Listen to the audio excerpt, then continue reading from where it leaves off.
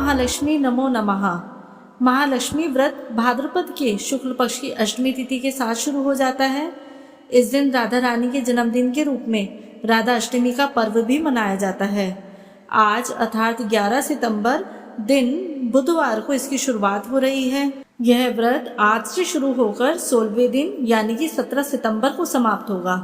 आज के दिन विधि पूर्वक और श्रद्धा से महालक्ष्मी व्रत रखा जाता है। इससे देवी लक्ष्मी की कृपा प्राप्त होती है और भक्तों पर अपनी कृपा दृष्टि बनाए रखती हैं। पूजा अर्चना के साथ ही इस दिन महालक्ष्मी व्रत कथा का पाठ भी करना चाहिए। तो आइए अब हम श्रवण करते हैं महालक्ष्मी व्रत कथा। काफी समय पुरानी बात है। एक गांव था जिसमें एक गरीब ब्राह्मण रहता था। वह भगवान विष्णु का भक्त था। वह नियमित रूप से श्री विष्णु की पूजा करता था। एक बार श्री हरि ने उस ब्राह्मण की पूजा से प्रसन्न होकर उससे वर मांगने को कहा। तब ब्राह्मण ने इच्छा जाहिर की कि लक्ष्मी जी का निवास उसके घर में हो। यह सुनकर विष्णु जी ने लक्ष्मी जी की प्राप्ति का मार्ग ब्राह्मण को बताया। विष्णु जी ने कहा कि मंदिर के सामने एक स्त्री आती है जो यहाँ आकर उपले थोपती है। उसे अपने घर आने का निमंत्रण दो। वह धन की देवी है। जब लक्ष्मी जी तुम्हारे घर आएंगी तो तुम्हारा घर धन धान्य से भर जाएगा।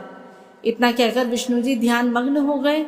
अगले दिन सुबह 4 बजे से ही मंदिर के सामने ब्राह्मण आकर बैठ गया। कुछ देर में लक्ष्मी जी उपले थापने वहीं आई। ब्राह्मण ने उनसे उसके घर में आने का निवेदन किया। यह सुन लक्ष्मी जी समझ गई कि यह सब विष्णु जी ने ही उसे करने के लिए कहा है। तब उन्होंने ब्राह्मण से कहा कि तुम महालक्ष्मी व्रत करो।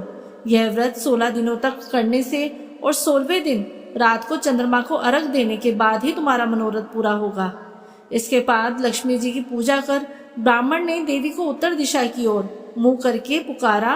उसकी तपस्या से प्रसन्न हो माँ ने अपना वचन पूरा किया। तब से ही यह व्रत पूरी श्रद्धा से किया जाता है।